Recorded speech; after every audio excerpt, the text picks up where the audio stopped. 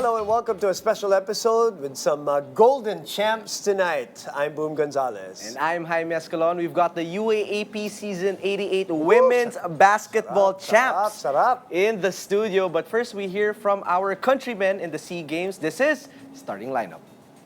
JD! Puts it on top and hits it nice and back is the champion!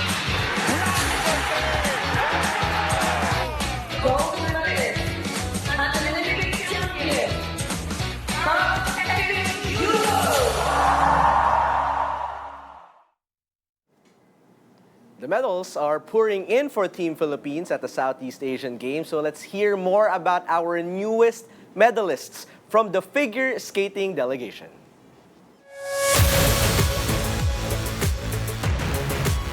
We are here at Imperial World Samrong for the second day of the figure skating competition, where in just a few moments we will find out if Team Philippines has skated their way to the top of the podium.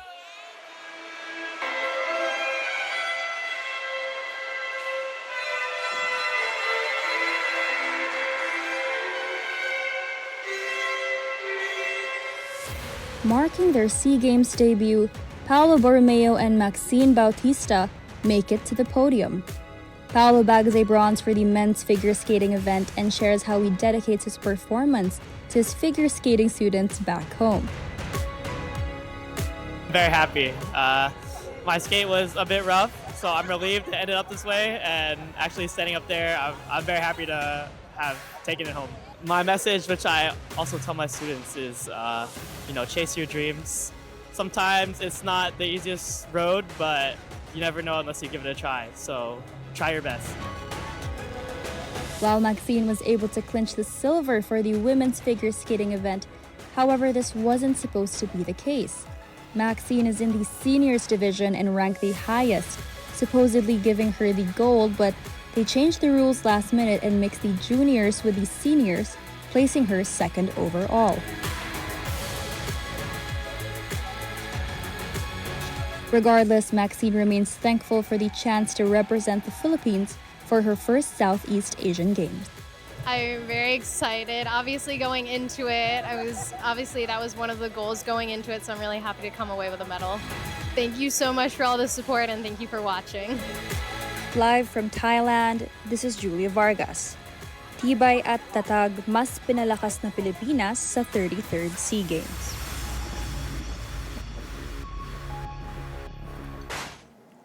All right, here we go. After the break, we've got the golden champs of the women's basketball division of the UAAP, so stay tuned. You're watching Starting Lineup.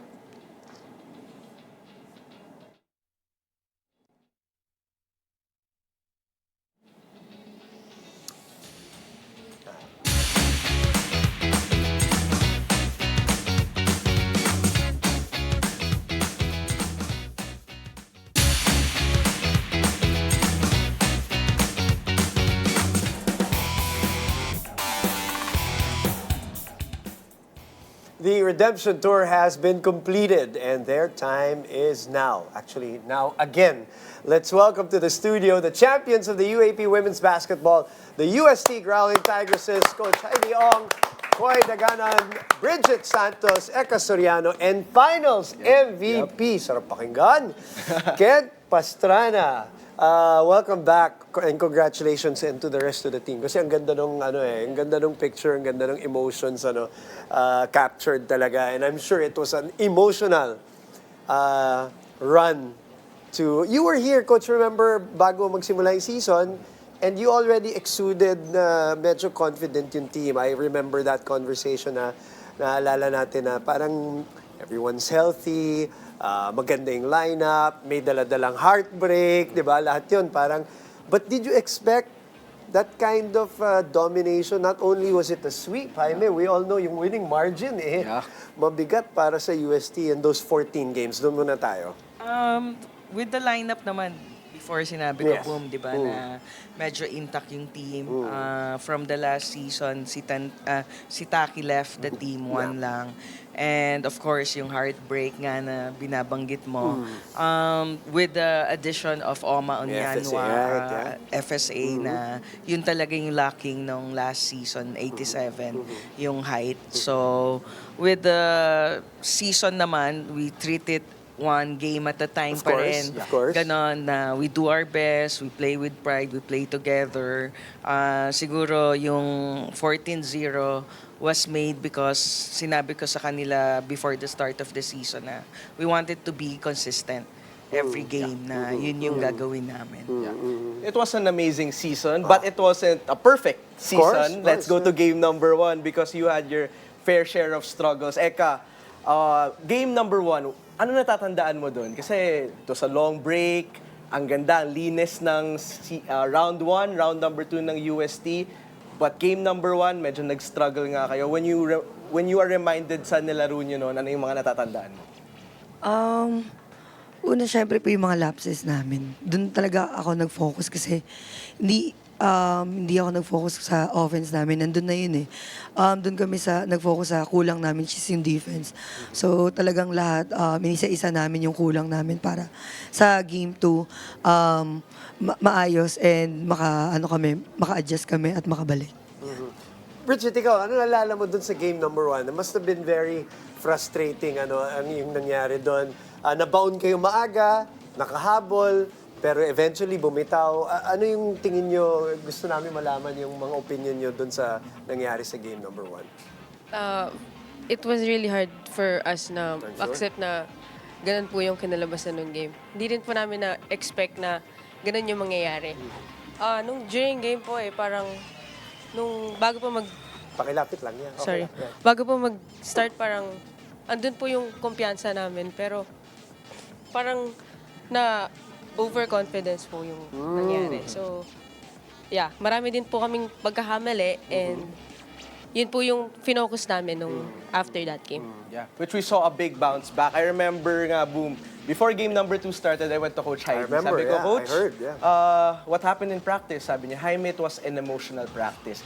Kent, bigyan mo naman kami ng behind the scenes. Ano ba nangyari dito sa sinasabi ni Coach Heidi, emotional practice? May naiyak daw nung nagsalita siya. Ano ba nangyari? On that day kasi, after ng game namin nung umaga ba yun or hapon, nag-usap kami ng buong team kung ano nangyari sa game namin, ba't ganun yung resulta. So, kami as a leader, nagtipon kami para mag-meeting, para malaman namin kung ano yung mga feeling namin sa isa't isa, kung ano yung mindset namin during that game. And ayun, nag-open up kami sa isa't isa kung ano yung nararamdaman namin para mas ma-solusyonan kung ano yung problema. Kasi yun nga, yung game na yun, talo kami. So, kailangan namin mag-adjust para sa game 2. So, after that, on the next day sa training, yun nga, nag-usap-usap kami ulit. Kinausap kami ni Coach Heidi nga, bakit ano nangyari? Bakit kayo umiiyak? Ano yung problema? So, ayun. Sa training na to, Yes po. So, kinausap po namin yung mga bata din na mag-open up kayo, ilabas niyo kung ano yung nararamdaman niyo para mas matulungan kayo namin. And matulungan din tayo ng mga coaches po. Okay, Koy, bago tayo doon sa training, para lang madugtong natin lahat. Yung locker room pagkatapos nung game number 1, ano yung pakiramdam doon? Ano naaalala mo doon? Ano yung mga napag-usapan doon? O tahimik ba? Or what do you remember? Tahimik po and marami sa amin yung umiiyak po talaga. Like, hindi po talaga namin in-expect kasi yung game 1 na yun na ganun yung mangyayari. So, pagdating sa locker room, parang umupo lang kami, umiiyak yung iba. Tapos yun, usually kasi pag nagsha-shower kami, sobrang ingay namin. Siyempre, oo. Ganon. Pero that time, sobrang tahimik po talaga ng locker room na. So there was a factor of overconfidence, sabi ni Bridget. Was there a factor of rust? Coach, from your, medyo mas matagal yung pahinga. Obviously, the step ladder is really tricky. Yun yung parang, di ba, yung balance ng step ladder. 14-0 nga, medyo ang tindi ng mga margins, pero medyo may pahinga eh. What's your opinion and what did you see from the tape nung pinanood nyo? Sa akin kasi, as a coach, dun sa 10 days na rest namin, as a coach kasi syempre we periodicize kung anong gagawin namin. Yes, yeah. And from our part, we did one tune-up game against a high school boys team bago kami sumalang dun sa game 1. So I think for me, it's more on the mental side namin. Doon kami nagkulang. Siguro not enough yung push for me as a coaches. No? Siguro kung sinasabi ngayon ko lang kasi narinig kay Bridget na overconfident siya. Kasi minsan iba-iba talaga yung opinion yes, eh, diba? Yes, because I always taught them na to have an underdog mindset for them to give their best, to give their all out every Pero minsan, time. di ba, Coach, human nature din eh. Yes, diba? Nangyayari yes, talaga siya. correct. So, siguro yun yung mga factors din. Nag-worry ba kayo? No, after the game 1? Yeah? Ikaw, Coach? Ako, honestly, no. Okay. Because I know the girls. Okay. They will bounce back. Okay. Kent, gano'ng kahirap yung game 1 and 2 for you? Kanina nga pinapag-usapan natin, di ba? Yung week na yon, ang dami nangyayari. Thesis pa, di ba? May thesis pa. May oo sakit nga. pa daw si Kent. According to sila Eka, na yun nagkasakit pa siya. So, you have biggest games, last games of your UAP career, may thesis, may sakit ka. Paano mo hinahandle lahat yon all in one big week? Personally, inisip ko muna kung ano yung muna yung priority ko. So, for example, pag nasa training ako, priority ko muna yung basketball. Pag after ng training, yun naman yung ACADS po. So, parang time management lang kung ano muna yung priority ko. Then, ayun, nababalance ko naman siya. And eventually, kahit papano, nakakuha ko naman yung mas magandang result and yung sa thesis po namin. And okay naman po. And ito po yung Pasado na. Yes po. Tsaka makahinga na, no? Yes po. Makahinga na, defended na. Okay, Eka, game number 2. Ako personally from a basketball standpoint, parang ito yung pace ng UST. Ito yung gusto nila mangyari. Ano yung nagbago sa inyo during game number 2? As a point guard kasi, nung game 1, nag-focus kami, parang, na-realize namin ni Ken na parang, sa atin, parang tayo lang, hindi pwedeng ganun. Huwag tayong mag-focus ng Eka and Kent lang. Kailangan Tigresses. So, nung game 2, nag-focus kami, sabi ko na, simulan natin sa depensa. At alamin natin yung role ng bawat isa. Sinabi ko yun sa kanila, basta ka real, tumira ka lang. Shooter ka eh. Lahat sila, kinausap namin ni Kent isa-isa. So, parang ako, ginawa ko lang din yung role ko as point guard. Binigyan ko sila ng pasa and tinulungan ko rin sila sa defense.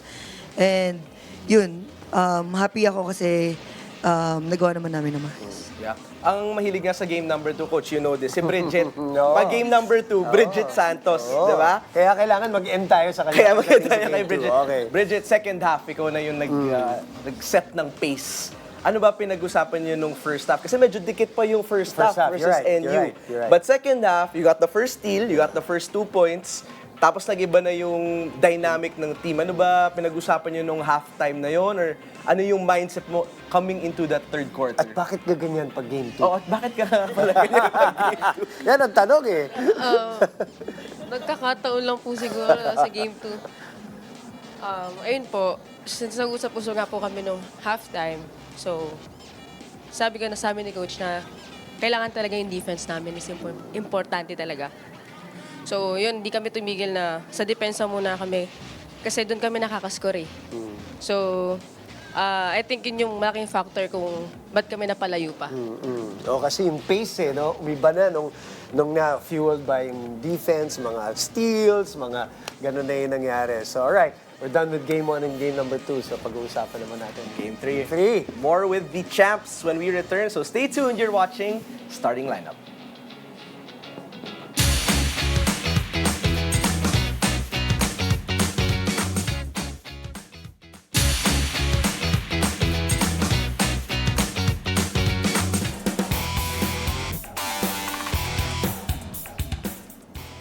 Champs are here, still with us from the UST Growling Tigresses. Coach Heidi Ongkoy Danganan, Bridget Santos, Eka Soriano, and of course, Finals MVP Kent Pastrana. Guys, we talked about Game 1 and Game 2. Punta naman tayo sa the big game of the trilogy in Game number 3. Koy, let's start with you. We knew coming in, it was the last practice na no, ng mga ate mo. Eka's last practice, Kent's last practice. For you, looking at your ate's last practice, can you describe what was it like? What was the environment like for that one last practice with him? Sobrang saya namin kasi last practice na siya for this year. Hindi dahil medyo mananalo. Hindi, dahil last practice na to kahit ano mangyari. Before pa siya pag-start, parang sinasabi, uy, last practice na, parang gano'n. So good vibes, ha? So good vibes po talaga yung last practice namin. And parang sobrang enjoy lang po namin that time. Parang kahit na game 3 the next day, parang in-enjoy lang namin yon, lalo na with Kent and Ate Eka na last training na nila. So parang sinulit namin, sinet nila yung tone na parang enjoyin lang natin to para, kasi parang yung pinaka sinasabi nila sa amin, i-enjoy kasi talaga namin pag naglalaro kami. Kasi parang dun lumilitaw talaga yung laro ng Tigresses po eh. Anong emotion yan, Ket, ng ganyang, alam mong patapos na, at uncertain pa. Siyempre, iniisip mo mananalo kayo, di ba? But the result is still not there. Pero ito na talaga yon, wala nang susunod na taon, wala nang susunod na practice. Anong emotion nun? I know you want the practices to be over for sure, pero routine nyo na yun eh, buhay nyo na yun. Ano siya, parang mixed emotion siya eh. Happy siya, na-sad siya, na di ko alam kung ano yung ma-feel ko kasi mamimiss ko rin yung mga teammates ko eh, lalo na exactly. last training ko na kasama sila. And ano lang, sobrang grateful lang ako sa kanila kasi yung last training namin sobrang happy namin lahat. Parang nag-enjoy lang kami. Yung moment na yun parang talagang tinodo na po namin lahat. Lahat po ng pawis, pagod, lahat ng lakas po namin, binuhos po namin sa training na yun. And ayun po, yung magandang training po namin na ginawa yun, ayun po, nadala po namin sa kinabukasan po na game. So, lahat po kami happy kasi mas maganda yung result na nakuha po namin po. Coach, did you feel emotional during that last practice? Because grabe yung pagpapalaki mo kay Eka and Ken to be these MVPs, both of them. And now you're saying goodbye. Did you feel any emotions that night or the night before the last practice? Actually, we made, yung kami mga coaches, we talked prior to that last practice. Kumuha kami ng mga videos. Inisip namin yan, a tribute. It was posted na dun sa page namin, a tribute for Kent and for Eka. So, may drama pa ako. Kunyari, may viewing kami, extra viewing for NU. So, sabi na, may papakita ako sa inyo importante na kailangan makita nyo lahat. And after that, yun na yung video nila. So, they start crying na. Tapos, yung mga videos ng each of the player kinuna namin, pati sa mga coaches, parang tribute for them. And I think, How nice. kaya namamagay mga mata ni Ken tsaka ni Eka during, pero nakasmile sila. So, it's more on that para medyo happy lang lahat. Sending their last game tomorrow. Sino naging pinaka-emotional sa messages? Ikaw? Parang hanggang ngayon nga, nararamdaman ko pa eh. Parang, sige nga, ikwento mo nga nararamdaman mo ngayon at noon, nung time na yon. Siguro yung karera mo na rin sa UST. Kasi ang tagal kong kasama si Coach eh. As in 7 years. Simula nung kinuha niya ako, kala ko noon ayoko na maglaro. Pero binigyan niya ako ng opportunity at, na makabalik. Tapos, nung unang season ko sa kanya, medyo hindi pa ako ganun. Kasi nga, di ako naglalaro as point guard. So, tinuruan ako, hinasa. Kinonvert. Tapos biglang nag-pandemic. Yung pandemic na yun, doon ako hinubog ng coaches. Sa pagiging point guard, inaral ko paano mag-play, ganito, ganyan. Nagpalakas ako ng katawan. Kaya, ayun, happy din ako nung pagbalik after pandemic. Yun, doon na nagtuloy na yung career ko. Tapos, yun lang. Sad lang for me kasi na-injured ako. And happy naman ako ngayon dahil nakabalik na ulit. Like, no injuries, healthy. And happy ako kasi naging ka-teammate ko rin si Ken. Yun, hindi ko inaasahan yun kasi pareho kami ng ibang school. Correct, pinanggalingan. Nasa Lasal siya, ako nag-UST. Tapos yun, bilang happy ako kasi nag-end yung career namin pareho na magkasama and nag-iwan ng magandang legacy sa UST. Yeah. And what does it feel like for you, Bridget, na may legacy na nga kayo na 2 championships. Kasi pag-usapan natin ng konti muna yung Game 3. Kasi down 10 din kayo. Actually. Hindi madali na... Oo, kaya nga di ba sabi ni Ken, ang ganda ng energy nila from game number 2, ipanalo sa training. Pero nung simula nung laro sa game 3, medyo shaky pa. Was there any panic on your... parang doon yung nakita na walang panic kasi buo na talaga kayo. Yun na yung culmination ng UST culture. Down 10, ano nangyari? Ano yung inisip niyo? Wala naman pong panic. Pero andun po yung thought na, ay, hindi na tayo nag-enjoy ulit. Enjoy lang ulit. Kasi parang, sige nga po, down 10. Pero parang isip namin, ito na naman tayo. Balik tayo ulit. Dapat mag-enjoy lang tayo. Positive lang. Lang po yung inisip namin. Ano nangyari doon, Coach? Down 10 early in the third game. What do you remember as a coach from your POV? From first quarter, we're just missing our shots. Mga Tutok, tutok. ano? Ang Parang dami. may lead Sabi talaga. nga namin, pinag-uusapan namin, oh my, parang ang tight nila. Parang ang tight nila na dikit yung mga shot, walang pumapasok. Wala akong pinariringgan ko Pero sige, Koy, anong nararamdaman mo nung time na yun? Maraming mga dikit na shot. Hindi ko rin po naintindihan that time. As in, siguro nga po yun, parang sobrang naninigas kami. And siguro kaba na rin dahil nga game 3, tapos yung crowd talaga, nagulat kami. Sarap. Talagang full force yung UST community sa pag-support sa amin. So siguro yun, mahalat lang po talaga nung first po. Paano kayo nakabalik, Ken? Kasi medyo may mga big shots din na nangyari. At yung pace ulit, no, na bumilis uli yung game. How did you come back from that 10-point lead? We start lang po sa defense po namin. Kasi pag nakaka-stop po kami on defense, doon po kami nakakaran sa offense. And yun, yung sabi nga namin ni Eka sa mga bata, huwag nyo i-pressure yung sarili nyo. Enjoy nyo na yung game kasi the more na nag-enjoy tayo, mas magaan yung nilalaro. So, ayun, sinimulan po namin sa defense and nung nakastop na po kami, nakakaran po kami, doon po nakahabol po kami ng paunti-unti. And parang gumaan na po yung ang takbo ng team namin. Nakakuha na po namin yung rhythm namin, yung momentum po namin. Wala na, tuloy-tuloy na, Yes parang po. runaway train na, no, after. Coach, ano una mong naisip nung tapos na lahat?